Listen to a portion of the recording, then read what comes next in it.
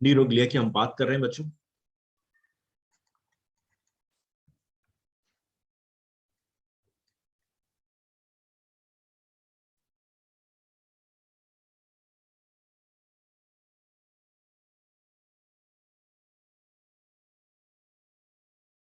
is also called neuroglial cells, that is, ये चीज मैंने आपको डायग्राम में समझाई थी कि आपका 50% पार्ट जो होता था नर्वस सिस्टम का, जो आपका 50% पार्ट होता था नर्वस सिस्टम का, वो आपके न्यूरोग्लिया बनाते हैं। That is 50% part, more than 50% भी कहीं कहीं आपको देखने को मिलता था। और ये क्या काम करते थे, जो आपकी नर्व सेल्स है उनको सपोर्ट प्रोवाइड करते थे। That will provide support to your nerve cells, that is. तो राइट डाउन सबसे पहले, that is a specialized sales.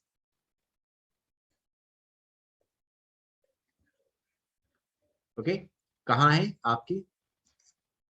Brain में मिलती हैं और आपके स्पाइनल कॉर्ड में।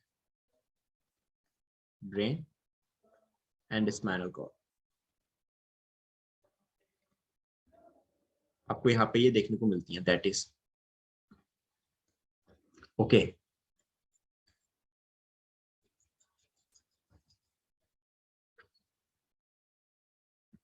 ठीक, एंड क्या काम कर रहे हैं? That will support the neurons, that will support the neurons. Neurons को आपके सपोर्ट प्रोवाइड कर रहे हैं, दैट इज। इसके अलावा क्या कर रहे हैं? That is, that will responsible for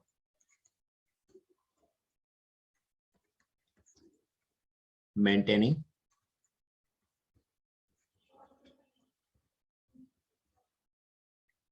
homeostatic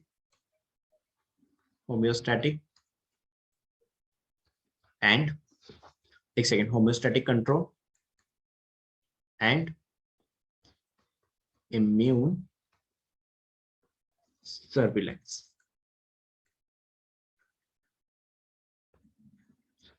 that is homeostatic control and immune surveillance in the nervous system,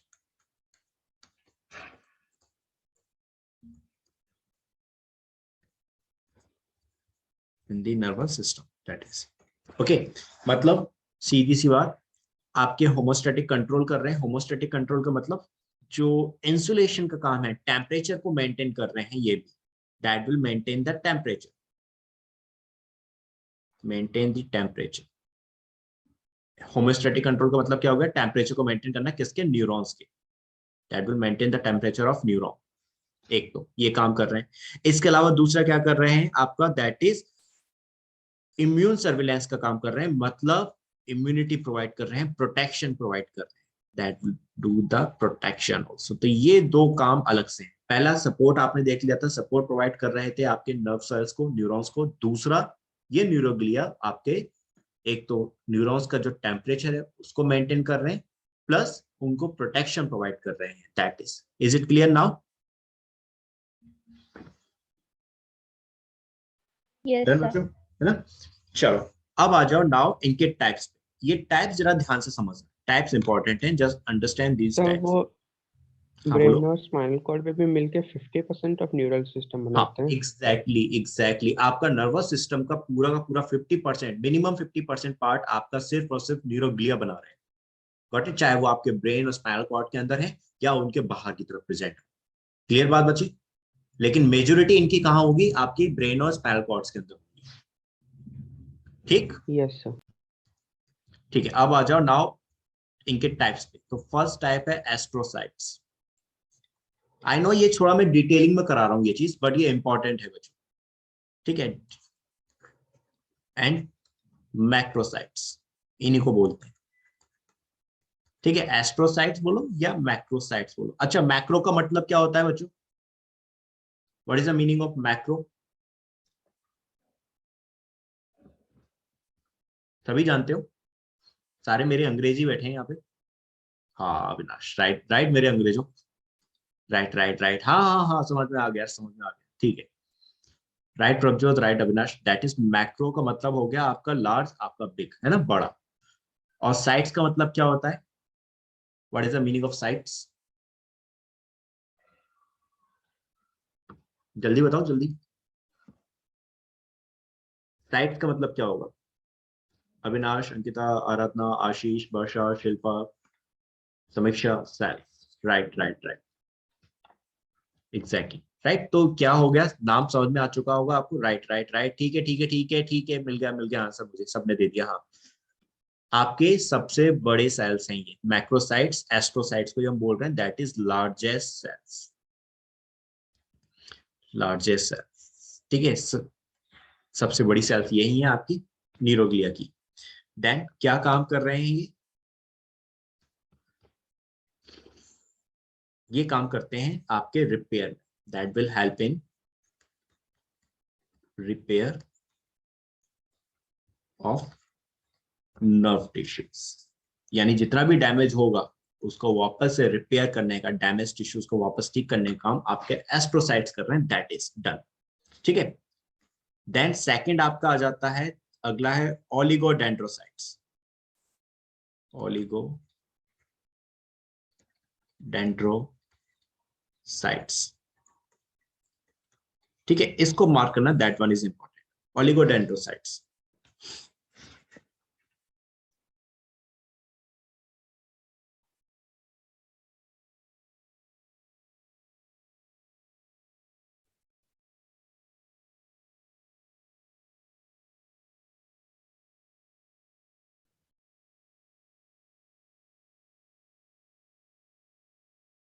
oligodendrocytes में क्या होता है बच्चों, यहाँ पे न्यूरोलीमा प्रेजेंट नहीं होती, नो न्यूरोलीमा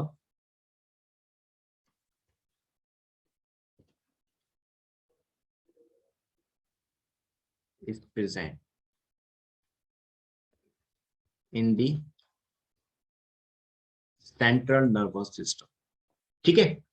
ओलिगोडेंड्रोसाइट्स में यहाँ पे ये चीज ध्यान रखना है, ये लाइन बहुत इंपॉर्टेंट बता रहा हूँ, यहाँ पे आपके सेंट्रल नर्वस सिस्टम में न्यूरोलीमा जो होती है वो प्रेजेंट नहीं होती। न्यूरोलीमा का आपने इससे पहले डिस्कशन कहाँ पर देखा था, कौन बताएगा मुझे, और इसका काम क्या था? जिस बच्चों को ये चीज याद है वो इस लाइन को बहुत अच्छे से समझ जाएगा।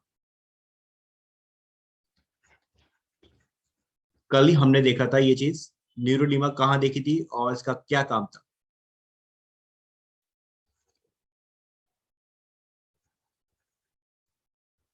जल्दी बताओ जल्दी।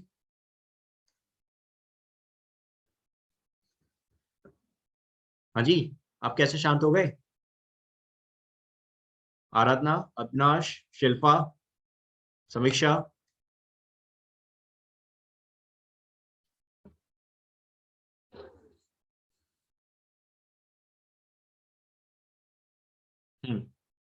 एक्सॉन में थी अंकिता, लेकिन कहाँ थी? Right Avinash, very good, right right right right Avinash, हाँ ठीक है, प्रोटेक्टिव लेयर थी, राइट प्रभजोत, ठीक है प्रभजोत,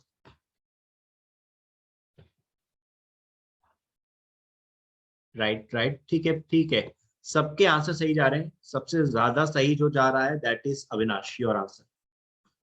शिल्पा, तुम कैसे शांत हो? हाँ, राइट आराधना, वेरी गुड, राइट आराधना, सबके आंसर आ रहे हैं। समीक्षा, तुम कैसे शांत हो? समीक्षा एंड शिल्पा, तुम लोग कैसे शांत हो? कवरिंग पे थे, ओके, ठीक है।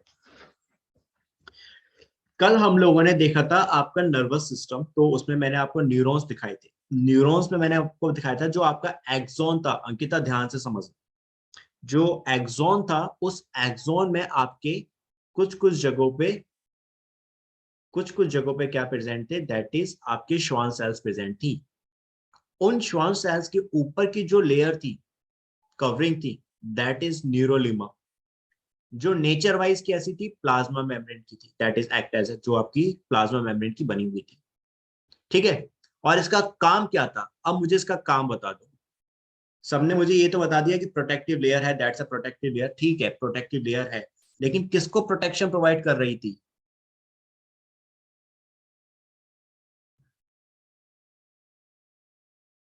Peripheral nerve.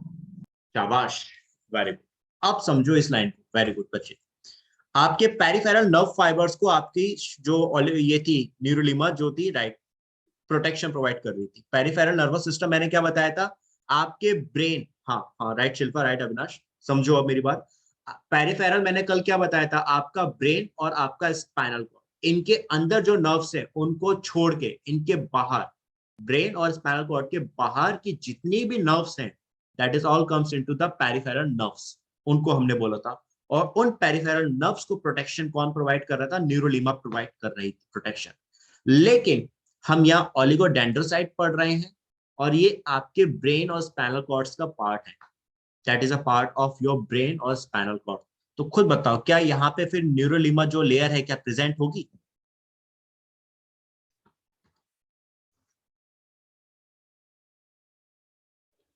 एक मिनट अंकित, जो मेरी बात है उसको एक बार समझे तुम लोग।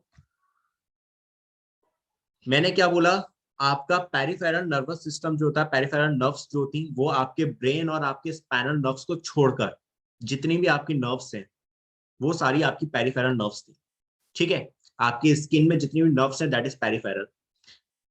तो आपके पेरिफेरल को जो प्रोटेक्शन प्रोवाइड कर रहे थे वो न्यूरोलिमा प्रोटेक्शन प्रोवाइड कर रही थी। लेकिन क्योंकि यहां पर हम लोग न्यूरोग्लिया की बात कर रहे हैं और ये आपके ब्रेन में ज्यादा प्रेजेंट है, और ये जो टाइप्स हैं ये सब ब्रेन के अंदर है, ओलिगोडेंड्रोसाइट्स, एस्ट्रोसाइट्स। तो क्या बच्चों यहाँ पे फिर आपका न्यूरोलिमा प्रेजेंट होगा ओलिगोडेंड्रोसाइट्स के अंदर? नो नहीं है। सर। अब समझ में आया ये लाइन मैंने क्यों लिखवाई है, क्यों ये इंपॉर्टेंट है, इसको मार्क करोगे, this one is very important. समझ गए अगर आप कंसेप्ट, तो आपको ये लाइन याद करने की जरूरत नहीं पड़ेगी। ओलिगोडेंड्रोसाइट्स के अंदर आपके न्यूरोलिमा नहीं होंगे। अब यहाँ न्यूरोलिमा नहीं है तो मतलब यहाँ पे श्वान सेल्स भी नहीं है, सीधी सी बात है। न्यूरोलिमा आपकी श्वान सेल्स के ऊपर प्रेजेंट थी, तो भाई श्वान सेल्स नहीं रही, न्यूरोलिमा नहीं रही। और श्वान सेल्स क्या काम कर रही थी, माइलिन शीट बना रही थी। लेकिन यहां माइलिन शीट बनेगी, उस प्रोसेस को आप कहते हो ओलिगोडेंड्रोसाइट प्रोसेस। दैट इज, ये जो सेल्स होती हैं, ये जो न्यूरोग्लिया होती थी, ये एक स्पेशल टाइप की न्यूरोग्लिया है जो आपके क्या करती हैं, माइलिन शीट की फॉर्मेशन करती हैं। लेकिन आपके पेरिफेरल नर्व्स के अंदर माइलिन शीट की जो फॉर्मेशन कर रही थी वो कौन करती है, आपकी श्वान सेल्स करती हैं। Is it clear now? Yes sir. Abhishek ये वाली बात समझ में आई तुम्हें? आशीष ये वाली बात clear? Yes sir. Okay Ankita, तुम्हें तुम्हारा क्वेश्चन का आंसर मिल गया, पेरिफेरल नर्व्स क्या होते हैं, is it clear? Yes sir. ठीक है, that is myelin is form by the, Samiksha, Varsha, Aradhana, सभी को क्लियर वाली बात ना? प्रभजोत? Yes sir clear. ठीक है, that Yes, by sir, the clear. Spiral wrapping, myelin is formed by the spiral wrapping of the nerve fibers, of the nerve fibers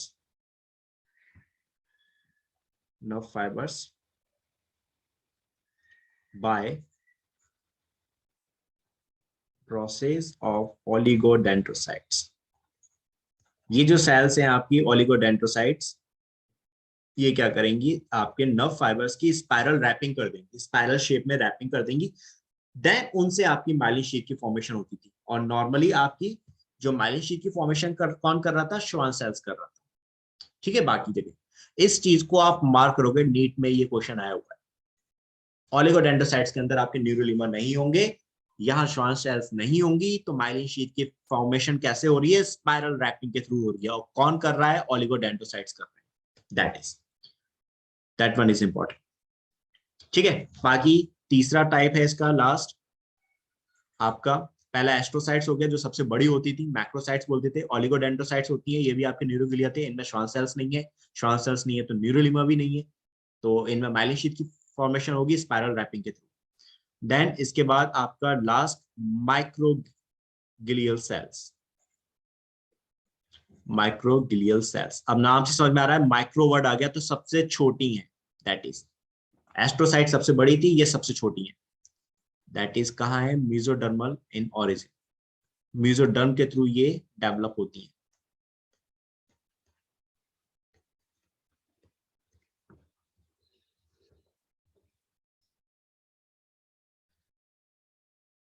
that is vaping, vaping. Then smallest है, सबसे छोटी है,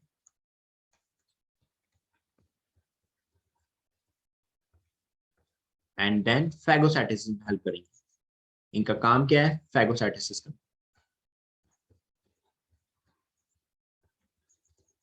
आपने neuroglia में ये term पढ़ा था कि ये आपका इम्यूनिटी प्रोवाइड कर रहे हैं, इम्यून सर्विलेंस का काम कर रहे हैं। तो इम्यून सर्विलेंस का काम एक्चुअल में कौन करता है?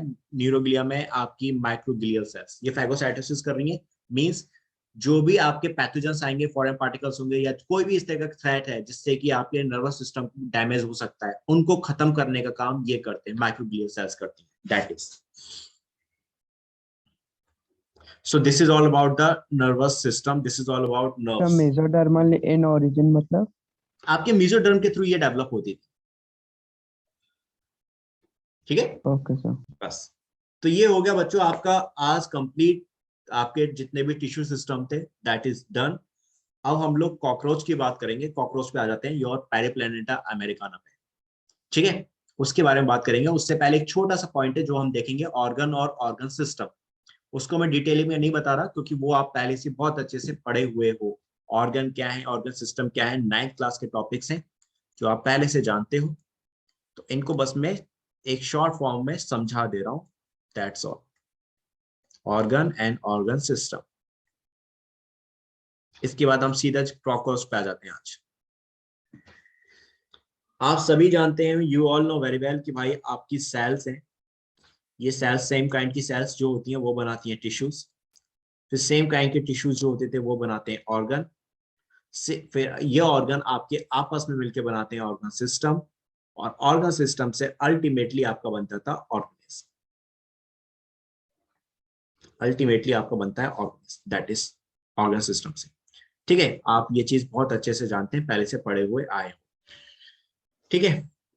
अब यहाँ पे ये जो हम बात करेंगे ऑर्गन ऑर्गन सिस्टम की, भाई इस ऑर्गन के अंदर अगर हम देखेंगे तो इस ऑर्गन के अंदर भाई डिफरेंट डिफरेंट आपके टिश्यूज होंगे, सभी तरह के टिश्यूज हो सकते हैं। जैसे कि एग्जांपल लेके बात करता हूँ हार्ट की।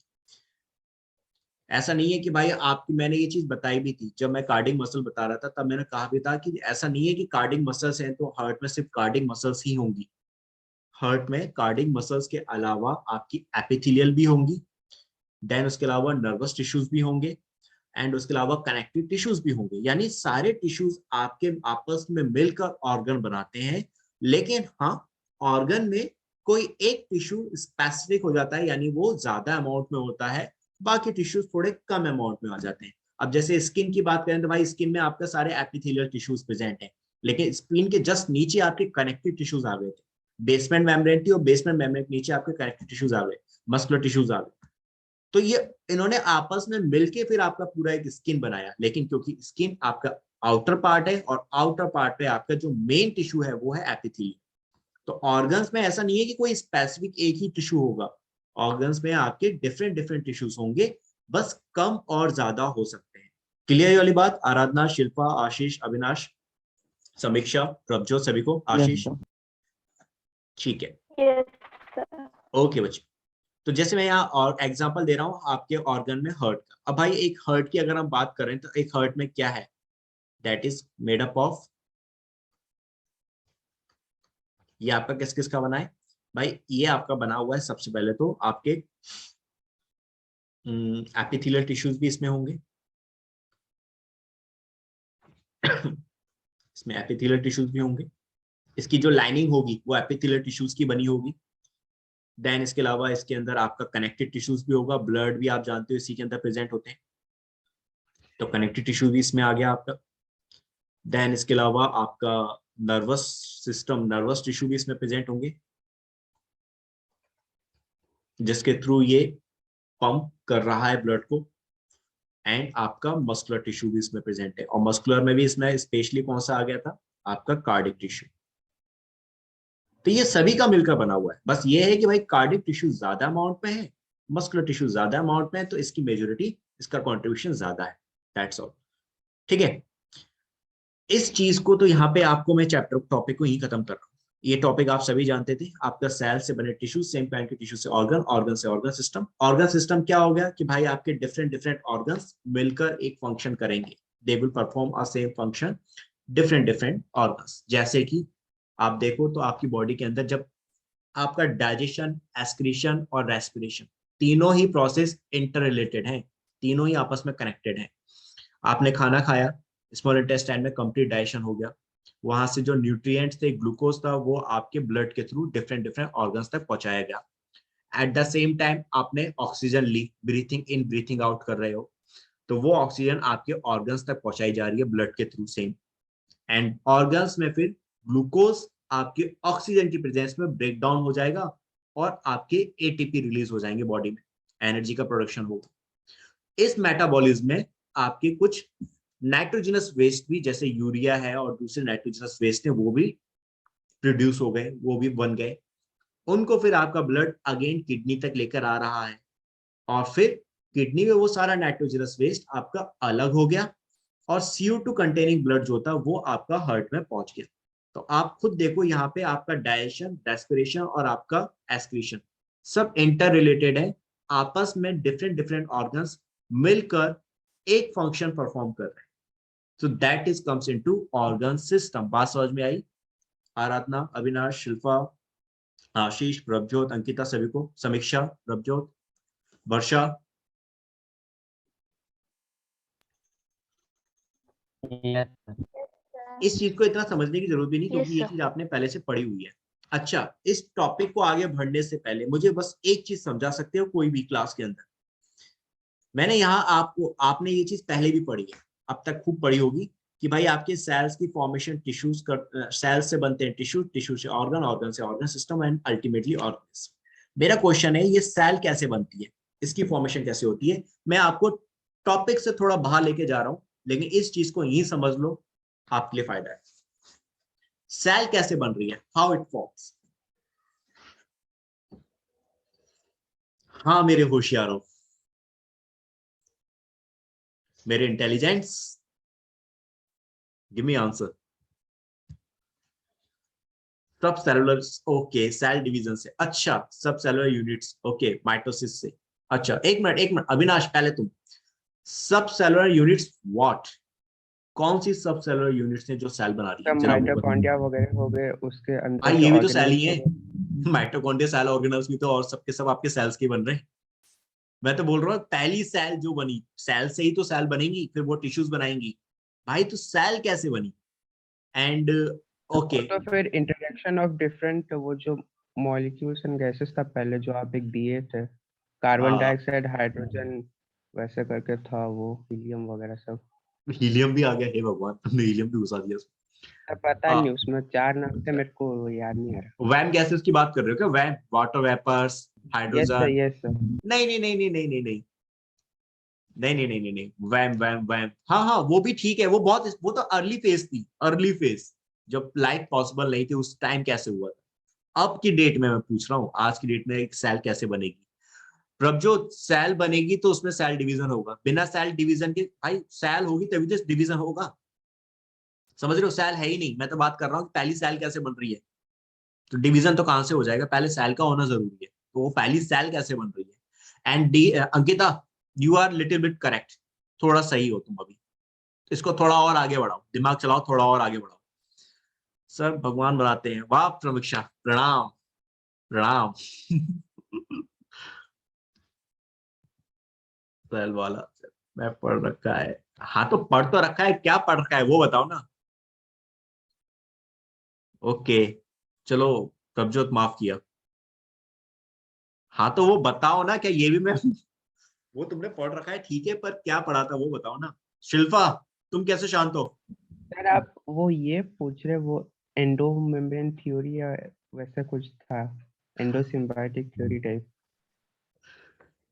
चलो, शिल्पा ने कहा प्री एग्जिस्टिंग सेल से बनेगी, ओके, प्री एग्जिस्टिंग सेल्स, यही बन, हाँ हाँ हाँ, वो बायो की किताब में पढ़ लिए थे ना, all the cells are develop from pre existing cells, नहीं, new cells are develop from pre existing cells, बस वही लाइन, सेल थ्योरी वाली लाइन मुझे चिपका रहे हो। वो वही लाइन मुझे चिपका रहे हो तुम सारे, दोनों के दोनों। ठीक है चलो, आराधना और शिल्पा एक ही लाइन को चिपका रहे हैं मुझे। देखो तुम सब में ना सबसे ज्यादा करेक्ट कोई है अभी इस टाइम पे, सबसे ज्यादा करेक्ट, ये नहीं कह रहा पूरी तरह से करेक्ट है, लेकिन सबसे ज्यादा करेक्ट कोई है तो वो है अंकिता। बस उसका आंसर थोड़ा सही है एज कंपेयर टू आपसे, अगर मैं कंपेयर करूं तो। ठीक है, उसको देखो समझना। ये भी सही है, ये भी बहुत बढ़िया, मुझको आता तो है पर समझाना नहीं आता, बहुत बढ़िया, शाबाश, ये भी बहुत बड़ी बात है। देखो एक सेल जो बनती है सबसे पहले कैसे बनती है, आज इस क्लास से समझ के जाना सारे। कंपेयर करके बताऊंगा, एग्जांपल देके बताऊंगा पेरेंट्स का, फादर और मदर का। ठीक है, फादर है भाई हमारे और मदर है। ठीक है, फादर के अंदर क्रोमोसोम क्या है, XY, मदर के अंदर क्रोमोसोम है XX। ठीक है, दैट इज, ये आपके फादर और मदर के क्रोमोसोम्स थे, सेक्स क्रोमोसोम जो होते हैं, that was the sex chromosome.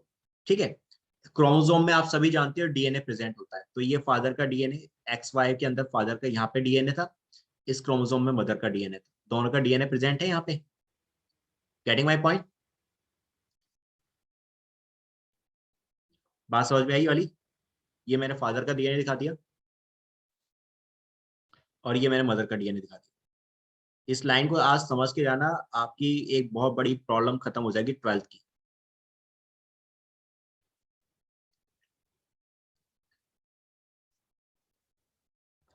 ठीक है, ये फादर का और मदर का डीएनए। भाई गैमेट्स की फॉर्मेशन हुई, एक्स अलग हो गया, वाई अलग हो गया, इसी तरह से ये एक्स अलग हो गया, ये एक्स अलग हो गया, दोनों ये गैमेट्स बन गए, ये स्पर्म बन गया, दैट इज द गैमेट्स, ये स्पर्म है, ये एग। ठीक है, अब इन दोनों के बीच में फर्टिलाइजेशन हो गया। फर्टिलाइजेशन होगा, सपोज करो मैं ये बता दे रहा हूँ, ये वाई और ये एक्स, ये दोनों आपस में फ्यूज हो गए, XY बन गया, कॉन्ग्रेचुलेशन, बेटा हो गया। ठीक है, यहाँ पे अब इस चीज को समझना भाई, जब ये आपके जो क्रोमोसोम्स आपस में, ये स्पर्म और ये एग, ये दोनों जब आपस में फ्यूज हुए, तो इनके अंदर डीएनए था कि नहीं, इसके अंदर फादर का डीएनए, इसमें मदर का डीएनए था कि नहीं? अविनाश, वर्षा, आराधना, शिल्पा, अंकिता, समीक्षा, आशीष, गॉट इट? यस। तो ये Yes, sir. फादर का डीएनए और ये मदर का डीएनए, ये दोनों आपस में फर्टिलाइज्ड हो गए इस तरह से, ये सन के अंदर आ गया ये वाला डीएनए, दैट इज ये सन का कॉम्बिनेशन हो गया। इसलिए तो ये तो आप सभी जानते हो, आप सभी ने पढ़ रखा है कि भाई हमें जो हमारा डीएनए मिलता है वो पेरेंट से मिलता है, तो ये फादर और मदर का डीएनए आ गया सन के अंदर। ठीक है, अब ये जो सेल बनी सबसे पहले, ये जो डीएनए बना, ठीक है, अभी ये सन नहीं बना है पूरा, अभी तो यहाँ पे ये क्रोमोसोम्स आपस में फर्टिलाइज्ड हुए और ये बना सबसे पहले जाइगोट, ये बना जाइगोट। और जाइगोट आप सभी जानते हो क्या होता है, सिंगल सेल होता है, it's a single cell structure. फिर इस जाइगोट के अंदर माइटोसिस होगी। ठीक है, सिंगल सेल है, माइटोसिस हुई तो इससे बन गई 2 सेल। ठीक है, 2 सेल में फिर माइटोसिस होगी, 4 सेल बनी, 4 सेल में फिर माइटोसिस होगी, 8 सेल बनी, 8 सेल में फिर आपकी ये जब 8 सेल बन जाती है तो इसको कहते हो आप मोरुला स्टेज, ये मोरुला बना। 8 सेल में फिर डिवीजन हुआ, 16 सेल बन गई, 16 सेल जब बनती है इसको बोलते हो blastocyst, that is called blastocyst या ब्लास्टोमियर। गैस्ट्यूला अब वो सब टाइप। हाँ बेटा, तो वो गैस्ट्यूला ब्लास्टूला स्टेजेस तो थे वो सब हाँ टाइप। उसी की है ना। अब खैर यहाँ पे जाने की जरूरत नहीं, यहाँ पे ये देखो, ये जो सिंगल सेल बनी, ये सिंगल सेल किससे बनी, फादर और मदर के डीएनए से ही तो बनी कि नहीं बनी?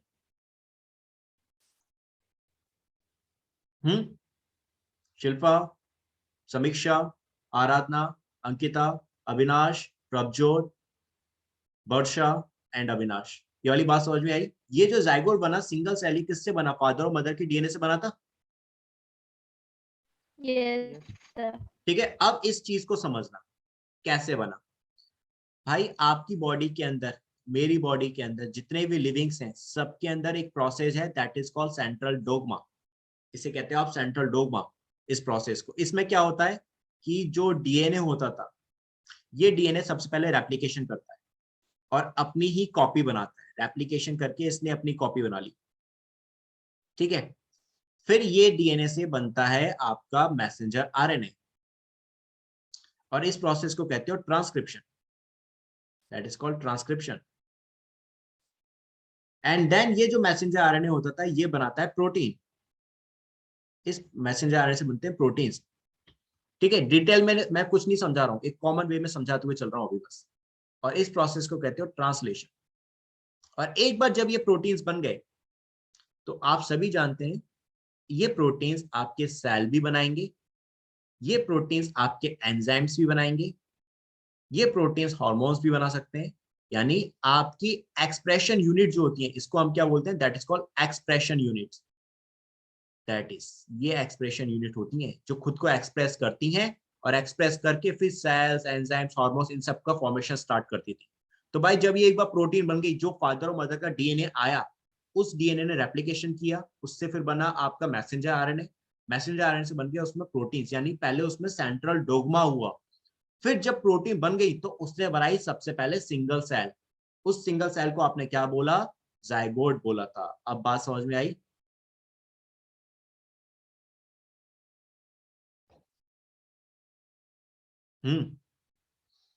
अविनाश, आराधना, पहले तुम दोनों बताओ, ये वाली बात समझ में आई कुछ?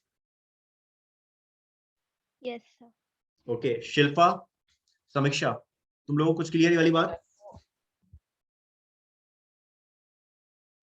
सर वो डीएनए फिर से रेप्लिकेशन होता है वो सेल में, जैसे आप बोले कि मदर का मिल गया, फादर का मिल गया, तो वो 46 नंबर हो गया, तो उसके बाद फिर से रेप्लिकेट करेगा। जब वो फर्टिलाइज्ड हो रहा था ना, फर्टिलाइज्ड होने के बाद आपका जैसी फर्टिलाइजेशन हुआ, फर्टिलाइजेशन होने के बाद, ठीक है, फिर से बता देता हूँ, एक मिनट दो, मैं फिर से समझा देता हूँ। यहाँ पे हुआ क्या, यहाँ ये हुआ कि फादर और मदर दोनों का डीएनए आया। ये डीएनए आया सबसे पहले यहाँ पे फर्टिलाइजेशन के टाइम पे आपस में फ्यूज हो गया। ठीक है, अभी जाइगोट की फॉर्मेशन नहीं हुई है, अभी सिर्फ डीएनए फादर और मदर का सिंगल सिंगल स्ट्रैंड, दोनों के सिंगल स्ट्रैंड दिखाए हैं मैंने। एक फादर का स्ट्रैंड है डीएनए का, एक मदर के डीएनए का स्ट्रैंड है, सिंगल स्ट्रैंड ही आपस में फ्यूज होते हैं। तो ये आपका डीएनए बना। अब इस डीएनए में क्या होगा, रेप्लिकेशन होगा। सबसे पहले ये रेप्लिकेशन करेगा, यानी अपनी ही कॉपी बनाएगा। रेप्लिकेशन में वर्ड आ रहा है रेप्लिका। रेप्लिका का मतलब आप सभी समझते हो, दैट मीन्स कॉपी। तो इस डीएनए ने पहले अपनी कॉपी बनाई, यानी अपना अमाउंट बढ़ाया, अपनी जैसी और कॉपीज बनाई। फिर इन डीएनए की कॉपीज ने क्या किया, आरएनए बनाया आगे चल। ठीक है, उसको कहा आपने ट्रांसक्रिप्शन। ठीक है, with the help of enzyme transcriptase. मैं पहले भी बोल चुका हूं, एंजाइम में एज लगा दो तो वो एंजाइम बन गया। प्रोसेस है ट्रांसक्रिप्शन, आपने बस यहाँ क्या लगा देना है, एज, ट्रांसक्रिप्टेज, एज लगा दिया, एंजाइम बन गया। ठीक है, तो डीएनए से बन गया आरएनए। और जब एक बार आरएनए बन गया तो भाई ये जो आरएनए होते थे इनके अंदर प्रेजेंट, हाँ बेटा क्या, सर ये ट्रांसक्रिप्टेज कहाँ से आता है? ये एंजाइम ऑलरेडी पहले से ही प्रेजेंट होते हैं। दैट इज ऑलरेडी, इनके लिए प्रोटीन्स की जरूरत नहीं थी। ये आपने जब डीएनए से मैसेंजर आरएनए बनाया था तो यही एंजाइम पहले से ही प्रेजेंट थे बॉडी के अंदर। ठीक है, आपके डीएनए क्या होता है ना बच्चे, डीएनए के अंदर ना आपके जीन्स होते हैं। ये जीन्स आपके डिफरेंट डिफरेंट एंजाइम्स को, डिफरेंट डिफरेंट हार्मोन्स को कोड करते हैं। तो ये कुछ जीन्स ऐसे होते हैं जो आपके एंजाइम बनाते थे ट्रांसक्रिप्टेज। फिर आपका जब आरएनए से प्रोटीन बनता है, ट्रांसलेशन होता था, तो यहाँ पर भी आपका एंजाइम बनता था ट्रांसलोकेज, एज लगा दिया फिर से अगेन।